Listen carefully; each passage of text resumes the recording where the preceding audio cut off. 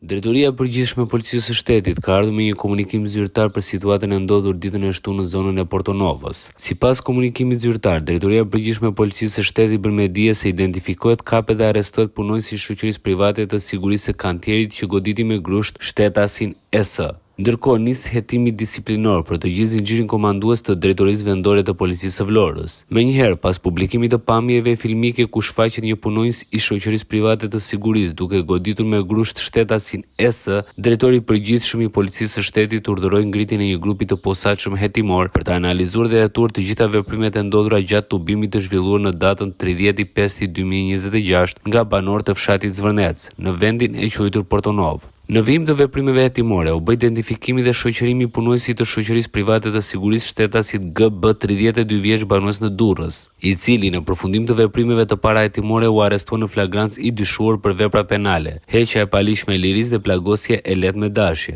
Ky shtetas ka goditur me grusht shtetasin S dhe më pas në bashkëpunim me shtetasit AG dhe GV të dy të proceduar penalisht e kanë tërhequr me forcë drejt vendit të rezervuar për roje duke shkaktuar dëmtime të lehta trupore. Ndërkohë, Drejtoria e Përgjithshme e Policisë së Shtetit bën me dije se paralelisht me veprimet hetimore, Drejtori i Përgjithshëm ka urdhëruar Drejtorinë e Standardeve Profesionale në Policinë e Shtetit për nisjen e menjëhershme të hetimit disiplinor për të gjithë zinxhirin komandues të Drejtorisë Vendore të Policisë së Vlorës, në lidhje me masat dhe menaxhimin e tubimit të zhvilluar ditën e djeshme. Policia e Shtetit është e vendosur të respektojë të drejtat dhe liritë themelore të qytetarëve, të garantojë sigurinë e jetës dhe pronës, si dhe të ndëshkojë çdo punonjës policie që neglizhon detyrën apo abuzon me të.